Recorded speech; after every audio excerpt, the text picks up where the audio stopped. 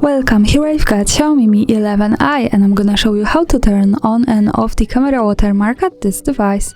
Let's start by tapping into the camera button to open it, and for now we are on standard photo mode. From here let's go to the right corner. When we tap to this button we get access to more options about the camera we can manage. Now let's move to the left to the settings button so we can open the advanced camera settings. Here at the first place we can see the watermark option, so let's pick it.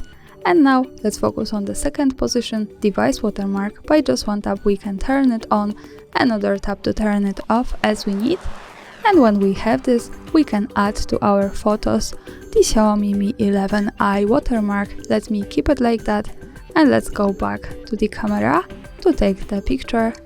Now let's move to the left to the button that follows us straight to the gallery, and this is how the photo looks like with the watermark in the left corner at the bottom. We can get closer to it and we have shot on Mi 11i watermark, and of course when we don't need it we have to go back to the camera, then to the right corner, then to the left settings, pick the watermark and tap to this button to turn it off.